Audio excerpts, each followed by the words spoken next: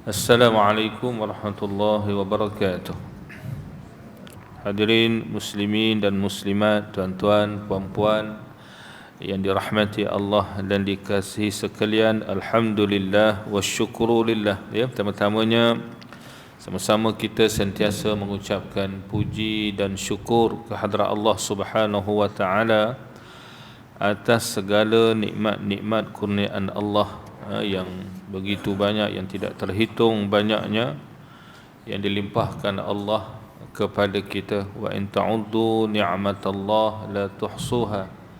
Jika sekiranya kamu cuba menghitung, membilang nikmat-nikmat kurniaan Allah secara terperinci, nescaya kamu tidak akan mampu menghitungnya.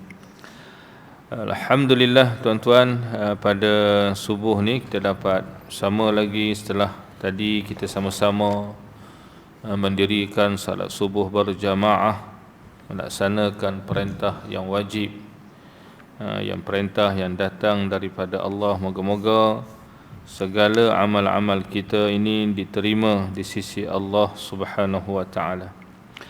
Baik, insya-Allah pada pagi ini kita akan mula masuk bincang dalam buku yang barulah. Buku dulu alhamdulillah telah selesai, dan saya memilih satu buku berbentuk risalah pun yang ringkas sahaja, yang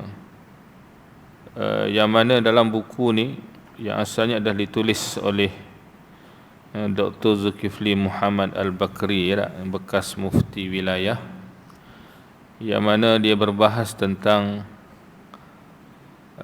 amalan-amalan orang hidup, seperti bacaan Al-Quran dan seumpamanya, adakah sampai pahalanya kepada orang yang telah mati. Ya. Sebab kadang-kadang ada berbagai bentuk pertikaian berlaku tak? Kemudian bila begitu, ada juga segolongan mereka membida'ahkan. Mereka kata ni semua amalan bid'ah, amalan yang tak dibuat oleh Nabi. Kalau amalan tu bermanfaat, tentulah Nabi buat. Itu hujah-hujah lah tuan-tuan tak? Ini bila Nabi tak buat ni, bila kita buat jadi bid'ah. Dan lebih parah lagi bila sebut bid'ah ni, ada segolongan ahli ilmu ni mereka berpendapat bila sebut bid'ah saja, mereka mengkategorikan, memasukkan bid'ah itu sebagai bid'atun dalalah, wa kullu bid'atin dalalah, wa kullu dalalatin finnar. Itu lagi teruk. Setiap yang bid'ah itu adalah sesat, dan setiap yang sesat itu dalam neraka. Jadi maka kadang-kadang menyebabkan orang kita ni rasa boleh buat ke tak boleh buat ni tak. Baca talqin ni macam mana ni, buat tahlil ni macam mana ni, bid'ah ni buat tahlil masuk neraka tuan-tuan. Takut kita tak? Ya? Baca talqin masuk neraka sebab alasannya begitu. Baik, jadi dalam perbahasan ini insya-Allah bagaimana pengarang dia membawa kepada kita, antara kita katalah kalau ada amalan yang menjadi khilaf, yang menjadi ada perselisihan ulama sampai atau tidak, maka di sinilah pengarang dia membawa hujjah, dalil daripada setiap kumpulan, maknanya yang pro dan yang kontra, yang menyokong dan yang menentang. Kemudian beliau membuat suatu kesimpulan daripada perbahasan tersebut. Maknanya ini perbahasan ilmiah kita panggil tak? Perbahasan ilmiah. Baik, di mana dalam buku ini pengarang dia menyebut kepada kita, saya baca dulu. Beliau menyatakan permasalahan ini membabitkan mereka yang hidup dengan yang sudah meninggal dunia. Jadi tuan-tuan, memanglah kita ni yang masih hidup, tentu kita mahu buat sesuatu yang kita yakin memberi manfaat kepada mereka yang sudah meninggal dunia, terutamanya orang-orang yang kita kasihi, orang-orang yang kita sayangi. Tak seperti mak bapak kita, seperti adik-beradik kita. dan seumpamanya. Jadi ini kaitannya kita yang masih hidup dengan orang yang telah meninggal dunia. Ada orang yang telah meninggal dunia ni sebelum dia mati dia dah pesan dah, kalau aku mati kamu jangan lupa buat ini, buat ini. Dia minta buatkan tahlil. Dia siap tinggal duit dah. Ni duit ni kamu guna nanti buat tahlil 7 malam untuk aku, dia kata. Ada.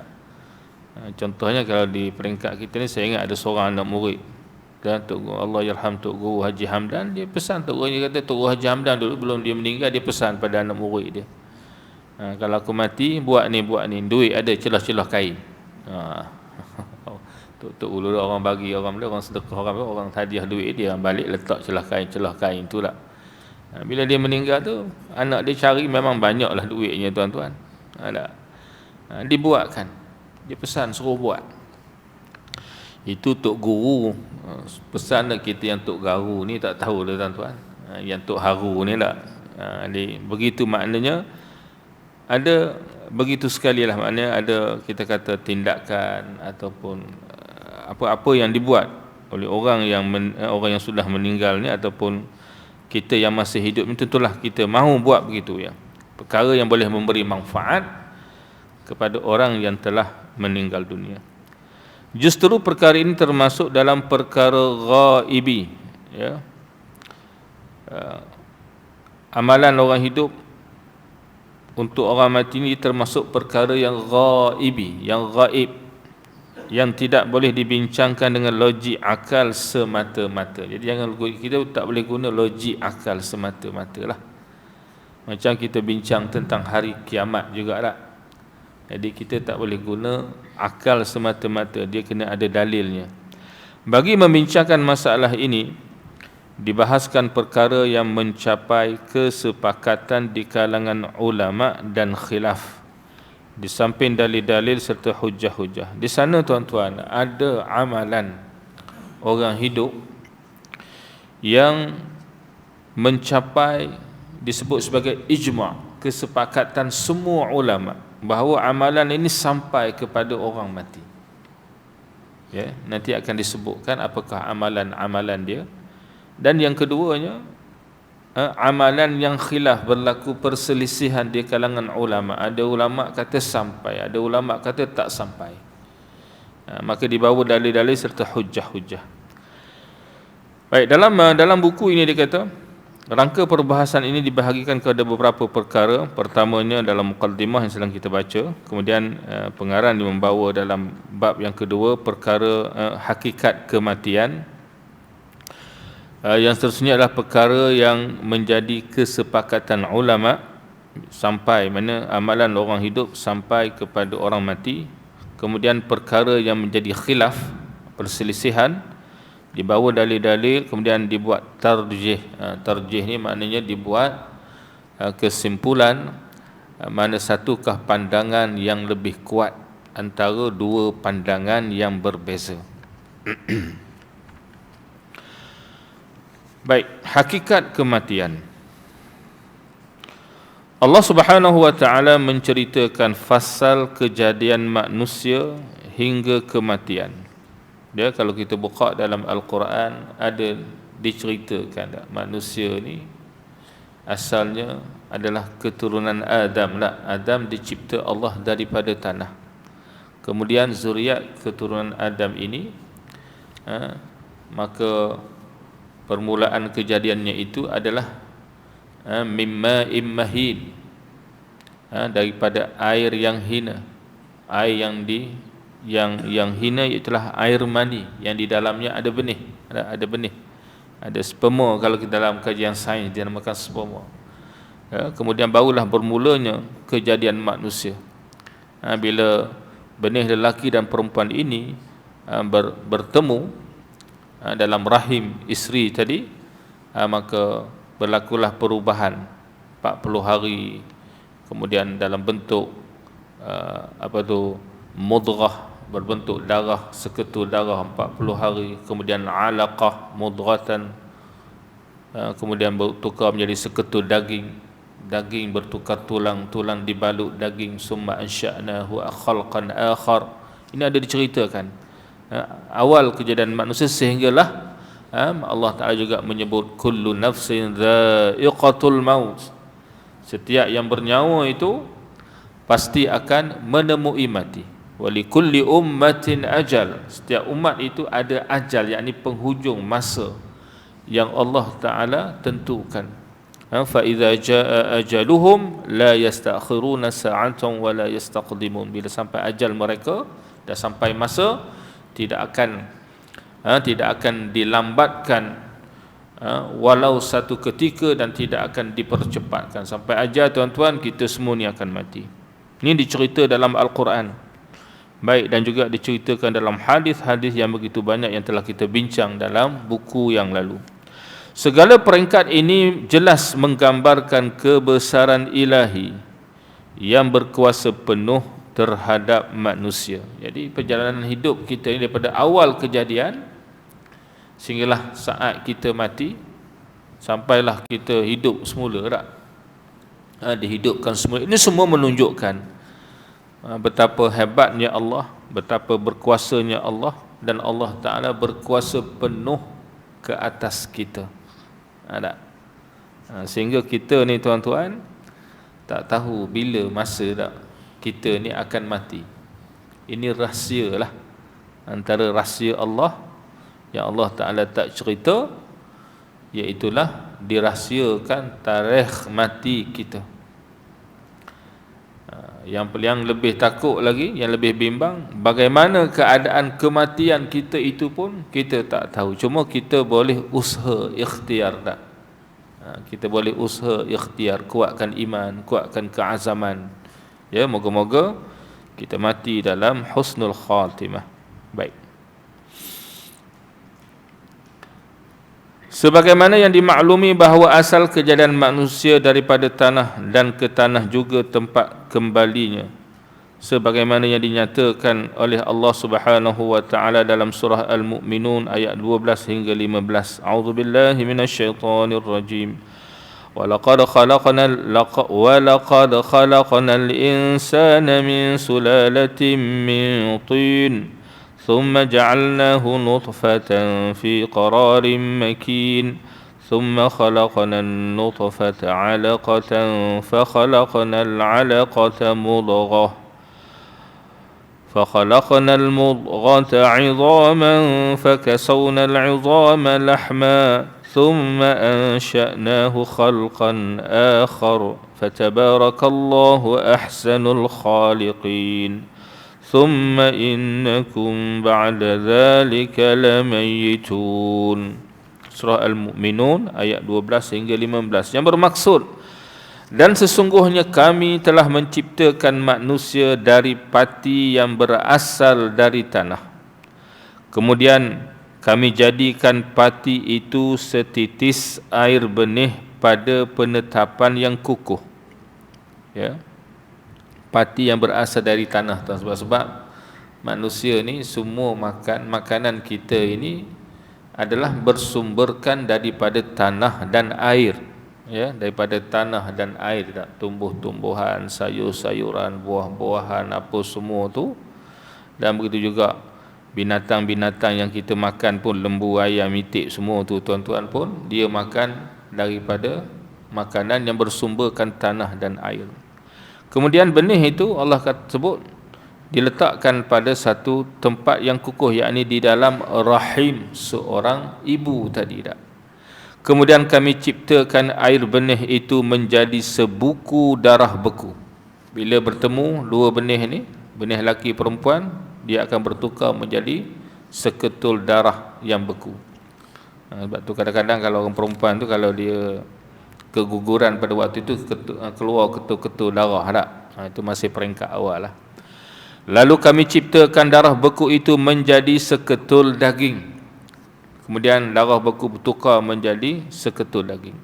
Kemudian kami ciptakan daging itu menjadi beberapa tulang, membentuk beberapa tulang. Kemudian kami balut tulang-tulang itu dengan daging. Setelah sempurna kejadian itu, kami bentuk dia menjadi makhluk yang lain sifat keadaannya, barulah dia berbentuk sifat manusia. ada kepala, ada kaki, ada tangan, ada kaki, ada mata, hidung. Cukup tuan-tuan. Tak? Kalau tuan-tuan pernah tengok apa tu janin yang berumur lebih kurang 3 bulan itu dah cukup sifat. Ada janin yang gugur tak? Gugur. Jadi kita boleh tengok, masya-Allah, cukup sifatnya, semua ada dah. Kecil je. Apa setengah tapak tangan je tak? 2 jari je, 2 jari ataupun 3, 2 jari lah besar dia. Panjang pun panjang tapak tangan je. Tapi masya-Allah dah cukup sifat. Dan masya-Allah tabarakallah, kalau dalam ilmu perubatan dipanggil ilmu biologi dah, ilmu ni tak? Ilmu biologi. Jadi pencapaian manusia tentang ilmu biologi ni dikira sangat baru lah, sangat baru. Tapi Quran dah cerita 1400 tahun dulu lah. Tak payah guna X-ray, tak payah guna apa tu. Sekarang ni alat-alat tak, X-ray-nya, alat apa tu, ultrasound lah, ultra apa lagi semua tu, nak tengok apa semua dalam perut seorang ibu.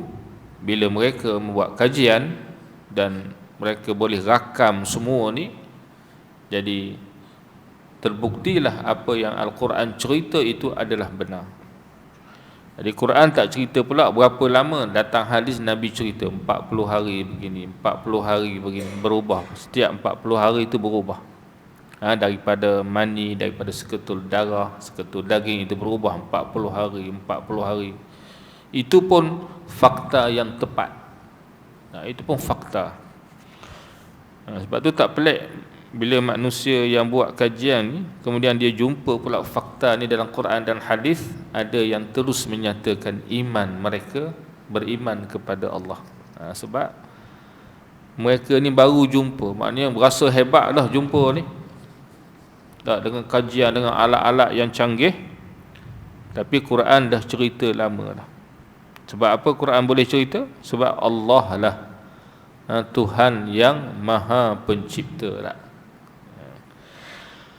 Maka Allah Ta'ala sebut lagi di akhirnya, maka nyatalah kelebihan dan ketinggian Allah sebaik-baik pencipta. Sehinggalah bayi itu cukup sempurna 9 bulan. Kemudian dia lahir. Kemudian kata Allah, sesungguhnya kamu sesudah itu akan mati. Akhirnya semua kita ni akan mati. Antara perkara yang diyakini kebenarannya ialah kematian berdasarkan nas naqli dan aqli. Mati ini tuan-tuan semua kita percaya tak? Tadi pun diumumkan tak ada jemaah sini yang meninggal dunia. Tak? Dan kalau kita lihat pun ramai dah sahabat-sahabat, kawan-kawan tak? Yang apa ni, yang lama-lama lah, orang lama. Bila orang lama tu otai lah, orang lama tu dia rasa tu sikit lah tak. Orang lama ni yang kita lihat semakin hari semakin berkurangan. Ke mana mereka dah berpindah, pindah ke alam yang lain. Jadi ini kita yakin mati ini suatu benda yang pasti.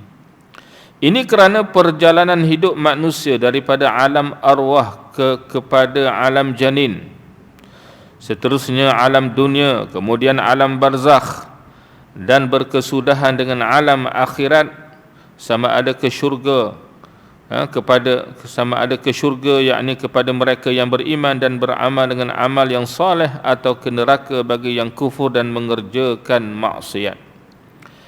Ya, jadi kita sebagai orang yang Islam, orang beriman, ini termasuk dalam dasar keimanan kita, bahawa hidup kita ni bukan setakat dunia. Kita akan mati. Bila mati kita berpindah ke mana? Ke alam barzakh, alam kubur. Kemudian kita berpindah, dengan maksud kita akan dihidupkan semula pada hari di mana yaumul ba'ts, hari kebangkitan. Kemudian kita ini akan berkumpul di padang mahsyar melalui satu proses hisab, mizan dan seumpamanya. Dan kemuncaknya, penghujungnya, manusia ni kalau dia beriman dan beramal saleh, maka insya-Allah syurgalah tempat dia. Dan sebaliknya bagi orang yang kufur, ingkar, syirik dan seumpamanya, maka nerakalah tempat kembali mereka. Sebagaimana manusia yang diciptakan daripada tanah pasti dikembalikan kepada tanah, kemudian dibangkitkan untuk dibicarakan dan diberi pembalasan. Firman Allah Subhanahu wa taala dalam surah Taha ayat 55, "Minha khalaqnakum wa fiha nu'idukum wa minha nukhrijukum taratan ukhra." Yang bermaksud dari bumi lah, yakni dari tanah lah kami ciptakan kamu, dan ke dalamnya, ke dalam bumi, ke dalam tanah kami akan mengembalikan kamu, dan daripadanya pula kami akan mengeluarkan kamu sekali lagi. Ini perkara yang dinyatakan dengan jelas oleh Al-Quran. Imam As-Sabuni berkata dalam tafsirnya Safwah At-Tafasir, dalam menafsirkan ayat ini, daripada bumi kami, yakni bumi Allah, daripada bumi kami Allah ciptakan kamu, dan kepadanya kamu kembali, kemudian jadilah tanah, dan daripada tanah kami bangkitkan kamu sekali lagi untuk dikeluarkan dalam perbicaraan. Mati yang merupakan makhluk Allah hanyalah perpindahan dari satu alam ke satu alam yang lain. Bukannya hilang terus dan lenyap. Mati hanyalah bererti penceraian roh dari jasad. Roh kita ni dia tak mati, tuan-tuan tak. Dia berpindah. Cuma jasad kita sahaja yang akan rosak binasa di dalam tanah. Yang nampak tu jasad tu hancurlah. Cuma kita dah bincang dulu, ada beberapa jasad manusia ni yang dipelihara Allah, tak akan dirosakkan oleh tanah. Ulat-ulat tanah tak akan makan jasad mereka. Antara jasad para nabi, para rasul alaihimussalatu wassalam. Jasad orang yang mati syahid fi sabilillah, jasad orang yang menghafaz Al-Quran, dan beberapa lagi lah yang disebutkan dalam perbincangan yang lalu lah. Yang lain tu kalau kita gali kubur tu memang jasadnya akan hancur. Kadang-kadang tulang pun dah hancur dah menjadi tanah. Tapi roh ni dia tidak hancur, dia tidak musnah. Dia hanya berpindah daripada alam dunia ini, dia pindah pula ke alam mana? Ke alam barzakh. Menurut jumhur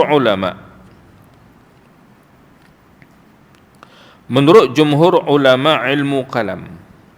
Kita ni tuan-tuan bila ada istilah guna jumhur ulama, bila sebut jumhur ni maknanya ramai daripada kalangan ulama, menunjukkan perkara ni ada perselisihan. Maknanya ada ulama kata A, ada ulama kata B. Yang berpendapat yang lebih ramai itu maka dinamakan jumhur. Bila ada istilah guna, menurut jumhur, maksudnya perkara ni ada khilaf. Tapi yang ramainya apa dia? Menurut jumhur ulama ilmu kalam, ulama-ulama ilmu tauhid, roh ialah satu jisim halus yang terjalin dengan tubuh badan. Jisim yang halus ni maknanya tak dapat kita nak pegang, tak dapat kita nak lihat. Roh ni, hakikat roh ni, tapi dia terjalin, dia ada hubungan dengan tubuh badan, seperti air di dalam ranting kayu muda. Seperti mana dalam ranting kayu yang muda tu ada air, tapi kalau kita pergi potong, kita tengok tak nampak pun air tu tak dalam ranting tersebut. Dalam daun-daun itu pun ada air, tapi kita tak nampak. Dan menurut ahli sunnah pula, roh ialah suatu yang kekal. Jadi ulama-ulama ahli sunnah menyatakan roh ni termasuk benda yang kekal. Kalau dalam setengah kitab dalam perbincangan ilmu kalam, mereka namakan ruh ni disebut sebagai suatu yang baqa', yang kekal juga, tapi dipanggil baqa' aradi. Baqa' aradi, bukan baqa' yang hakiki. Allah Ta'ala tu bersifat baqa' yang hakiki, baqa' yang sebenar-benarnya, yang bersifat azali, yang bersifat azali. Tetapi di sana macam roh ini disebut sebagai baqa', tapi baqa' aradi, baqa' yang mendatang, yakni Allah Ta'ala yang mengurniakan sifat kekal itu kepada roh. Dan Allah Ta'ala juga berkuasa untuk menghilangkan sifat kekal itu daripada roh. Bila Allah Ta'ala cipta roh, dia ada permulaan, dia juga kekal. Lepas mati itu maksudnya roh ni dia tidak musnah, bahkan dia berpindah ke alam yang lain.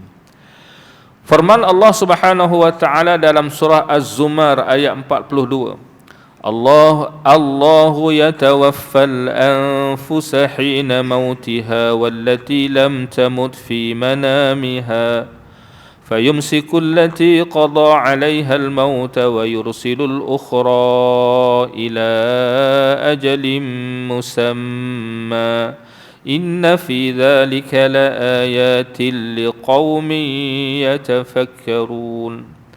Yang bermaksud Allah mematikan jiwa-jiwa di kalangan sampai ajal matinya, ya. Dan jiwa orang yang belum mati dalam masa tidurnya. Kemudian dia menahan jiwa orang yang dia tetapkan matinya dan melepaskan balik jiwa yang lain ke badannya. Ini dalil ni kalau kita lihat dulu, kalau kita ingat, ini juga dalil berbincang tentang waktu kita tidur ni roh kita keluar.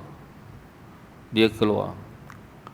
Tapi dalam keadaan roh itu masih ada hubungan dengan jasad kita. Roh itu keluar ke sana dan ke sini, ya, sehingga ada sebut roh ini dia boleh sampai sehinggalah ke sisi Allah, ke arash, di bawah arash Allah Subhanahu wa taala. Ada hadis yang menyebut begitu yang telah kita bincang dulu. Kemudian dia tetap ada kaitannya dengan jasad yang duduk di rumah ni, duduk di bumi ni dah. Dan Allah Taala sebut kalau roh ni ketika keluar, Allah Taala nak matikan dia, roh itu tidak dikembalikan. Orang kita panggil mati dalam tidur lah, tak? Mati dalam tidur. Kalau Allah Ta'ala nak menghidupkan dia kembali, maka dilepaskan balik jiwa itu ke badannya.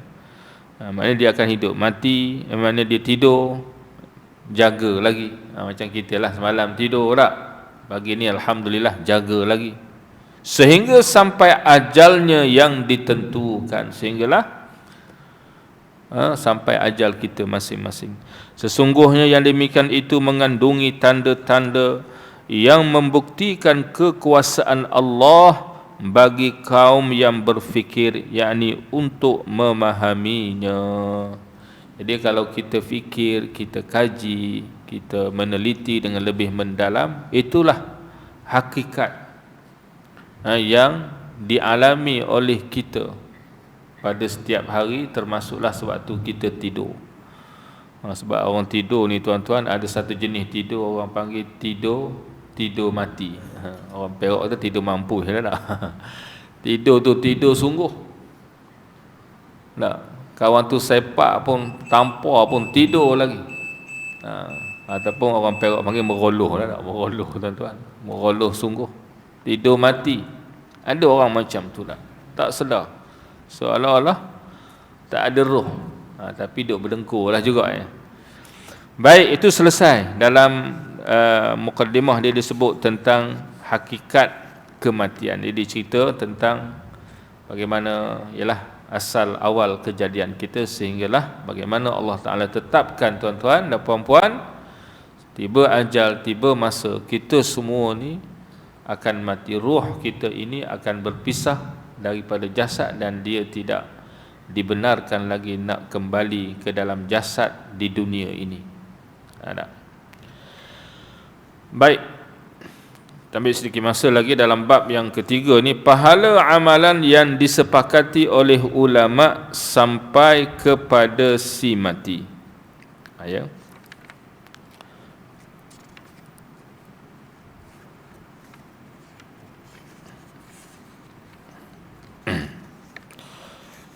Baik, saya sebut sepintas lalu dulu tentang apakah amalan, apakah pahala amalan yang boleh sampai kepada, yang maknanya disepakati, yang menjadi kesepakatan. Bila kesepakatan ini dinamakan ijma'. Ijma' ulama' ni semua ulama' sepakat, setuju. Apakah amalannya? Ini saya ambil dulu ringkas. Yang pertamanya adalah doa. Nanti kita akan baca hujah-hujahnya. Yang keduanya adalah sedekah. Yang ketiganya adalah haji. Yang keempatnya puasa. Yang keempatnya puasa. Dia tak sebutlah yang kelima, cumanya dia sebut lagi di sana berdasarkan hadis-hadis yang sahih. Ada lagi pahala itu, orang yang telah mati mendapat pahala yang berterusan seperti mengajarkan ilmu, mengalirkan air atau sungai. Dia buat buat parit, buat sungai tak? Macam kalau di Kedah tu ada terusan Wan Mak Saman tak? Kita duduk belajar dalam sejarah ke apa dulu tak? Menggali telaga, buat telaga sehingga dimanfaatkan oleh masyarakat. Membina masjid atau surau, membina rumah untuk orang-orang musafir, mewakafkan mushaf untuk dibaca oleh orang ramai, bersedekah, anak yang soleh, beristighfar untuknya, ilmu yang dipelajari dan disebarkannya, pohon kayu yang ditanam untuk manfaat orang lain. Jadi ini semuanya adalah disepakati oleh ulama berdasarkan ayat-ayat Al-Quran dan juga hadis. Amalan-amalan ini sampai kepada orang yang telah meninggal dan bermanfaat untuk mereka. Ada. Baik. Perkara yang menjadi kesepakatan, yakni ijma' ulama, sampai pahala dan manfaat kepada si mati. Terdapat beberapa perkara yang mencapai kesepakatan di kalangan ulama. Antaranya ialah ucapan istighfar kepada si mati. Ucapan istighfar maknanya kita memohon ampun untuk si mati. Sebab tu contohlah tuan-tuan, bila kita solat jenazah, apa yang kita baca tak selepas takbir yang ketiga? Maka kita mendoakan untuk si mati. Allahumma ighfir lahu warhamhu wa'afihi wa'fu anhu wa akrim, sehinggalah ke akhir doa. Dan doa ini bermanfaat. Kita memohonkan keampunan tadi bermanfaat untuk si mati. Sehingga ada hadis menyebut kalau 40 orang yang bersaksi atas kebaikan seseorang, maka orang tu adalah orang yang baik di sisi Allah. Kadang-kadang Allah Ta'ala tunjuk orang yang baik ni tuan-tuan, maknanya kita lihat bila solat jenazah tu, Masya Allah, Tabarakallah, entah daripada mana orang datang tak? Orang datang untuk solatkan jenazah dia, sekaligus mendoakan dia, memohon keampunan Allah kepada dia.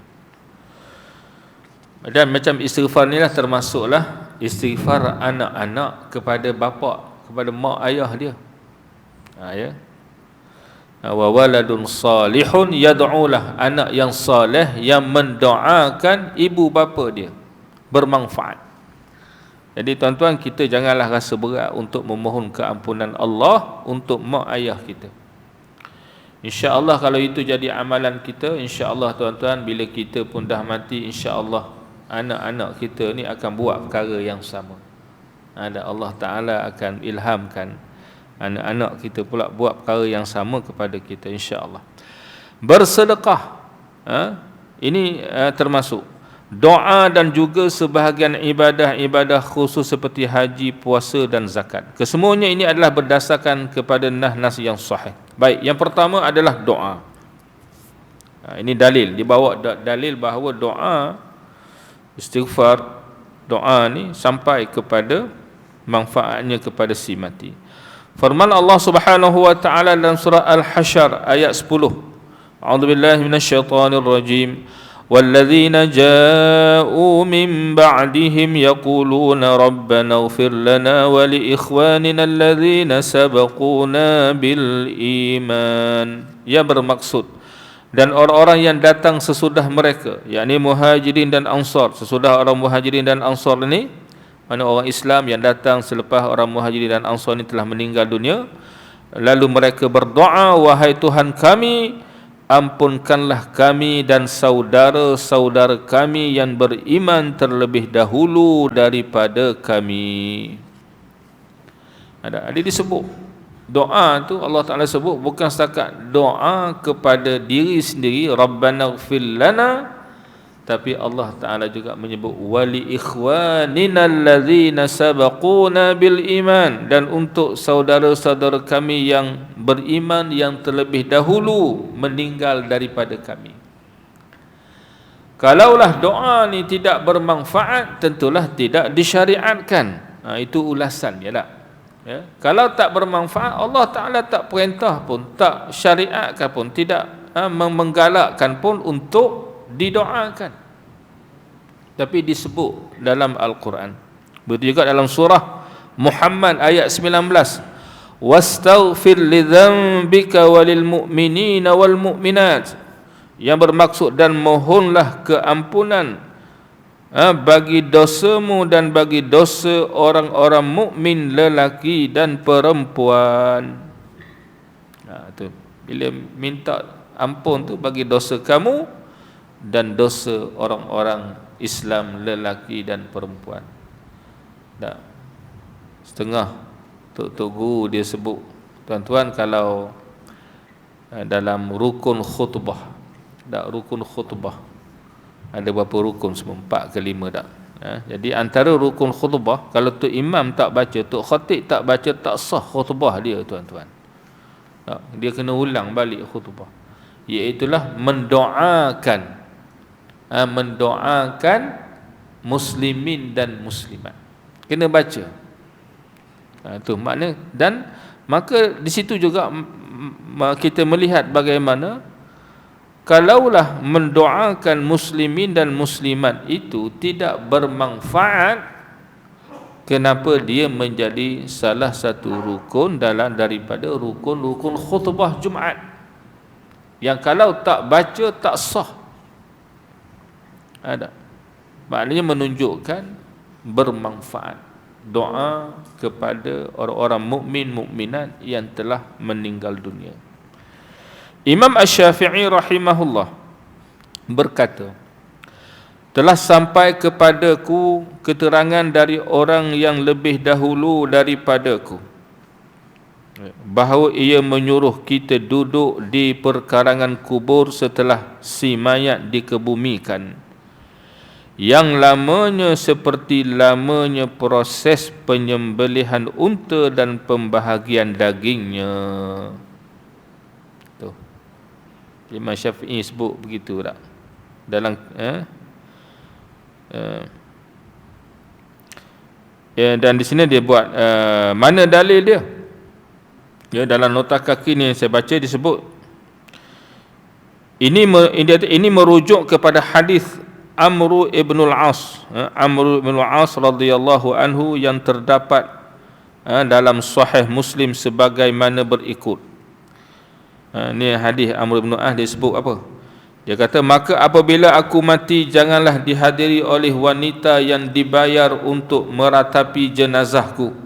Dia pesan, kalau aku mati jangan kamu upah. Sebab orang Arab ni, tuan-tuan, dia ada bukan kumpulan marhaban ya. Kita ada kumpulan marhaban, tak? Orang perempuan kumpulan marhaban. Dia ada kumpulan meratap kematian. Macam Cina meninggal tu, kita tengok ada kumpulan tu tak? yang ikut gendang-gendang tu, dia menangis ke apa begitu. Ni negara Arab lagi hebat tuan-tuan. Di Mesir tu saya tengok ada lagi. Tahun 90-an tuan. Sekarang ni pun tak tahulah, mungkin ada lagi ke, wallahu alam. Kumpulan ni bila mati bayar upah, dia datanglah. Datang tu meraung-raung, menarik-narik rambut, tarik baju, tapi tak pakai selapis lah sebab ambil upah. Tarik baju, koyakkan baju. Lagi hebat raungan, lagi bayar mahal lah agaknya tak? Begitu. Ini berlaku. Dan orang Arab jahiliah memang ada perangai begini. Dia kata, jangan dihadiri oleh wanita yang dibayar untuk meratapi jenazahku, dan jangan pula membuat api. Bila kalian selesai menguburiku, ratakanlah tanahnya. Lalu diamlah kalian di sekeliling kuburku, yang lamanya seperti lamanya orang yang menyembelih unta dan membahagikan dagingnya, sampai aku tenang dan aku melihat apa yang akan dilakukan oleh utusan Tuhanku, yakni malaikat. Ini diriwayatkan oleh Imam Muslim dalam kitab Al-Iman, dan juga di dalam kitab An-Nihayah fi Gharibil Hadis.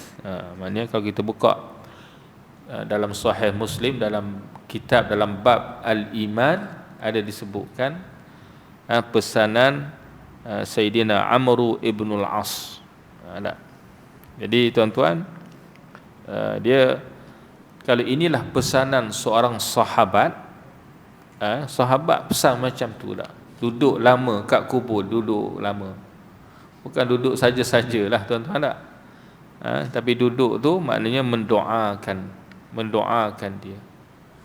Sebab itulah ada setengah tempat tu dia duduk baca tak? Ada setengah tempat kadang-kadang talqin tu agak panjang, dibacakan surah Waqiah, dibacakan beberapa surah. Tak? Kemudian dibacakan apa itu tahlil, kemudian dibacakan doa. Ya. Baik. Kerana ada disebut, Imam Syafi'i pun menyebutkan perkara begitu. Imam Syafi'i rahimahullah berkata, perbuatan ini baik, tetapi aku tidak melihat orang-orang melakukannya. Tapi macam dia kata, aku tak tengoklah orang Islam buat perkara ni. Sedangkan doa untuk mayat sesuai dikubur, kata dia lagi, sedangkan doa untuk mayat itu adalah sesuai dikubur. Kita dapati dalam hadis Uthman radhiyallahu anhu, dia bercerita Rasulullah sallallahu alaihi wasallam ketika menguburkan mayat, baginda berdiri lalu berkata, istaghfiru li akhikum was'alu lahu tathbit fa innahu al-ana yus'al. Maksudnya, mintalah ampun untuk saudaramu ini dan mintalah kepada Allah agar dia meneguhkan imannya, sekarang saudaramu ini sedang ditanya. Mohonlah keampunan. Nabi berdiri, Nabi kata, mohonlah keampunan untuk saudaramu yang dalam kubur ni, dan minta Allah Ta'ala, doa pada Allah, teguhkan imannya supaya dia dapat menjawab soalan-soalan malaikat Munkar dan Nakir. Nabi pun sebut. Ini hadis ni diriwayatkan oleh Imam Abu Dawud dalam bab Al-Istighfar indal qabri lil mayyit wa fi waqtil insiraf, dalam kitab Al-Janaiz dari Sayyidina Uthman bin Affan. Sanad hadis ini adalah hasan. Ini boleh lihat syarah As-Sunnah oleh Imam Al-Baghawi. Ini baik.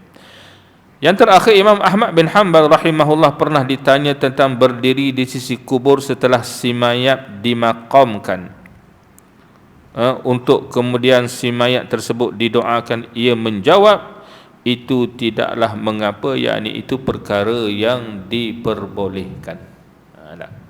Jadi wallahu alam. Itulah tuan-tuan yang sempat kita bincang dulu pada pagi ini. Yang pertama adalah doa untuk si mati itu adalah bermanfaat. Adalah bermanfaat. Sama ada doa solat jenazah, selepas solat jenazah, di kubur dan di mana sahaja. Yalah, mungkinlah tuan-tuan tiba-tiba tak kita ni teringat kawan kita tak yang telah meninggal, maka doakanlah, Allahumma ighfir lahu warhamhu wa'afi wa'fu anhu. Kita lalu ke tanah kubur yang ada kawan-kawan kita, ada saudara mara kita, maka kita doakan ringkas-ringkas pun tak apalah. Sebab tu Nabi ajar kita lah adab bila lalu ke kubur tu, kita sebut assalamualaikum ya ahlul qubur, antum sabiqun wa nahnu insyaallah bikum lahiqun, as'alullahu lana wa lakumul afiyah. Kita doakan mereka ini mendapat keampunan daripada Allah. Wallahu a'lam bis-shawab. Jadi diam.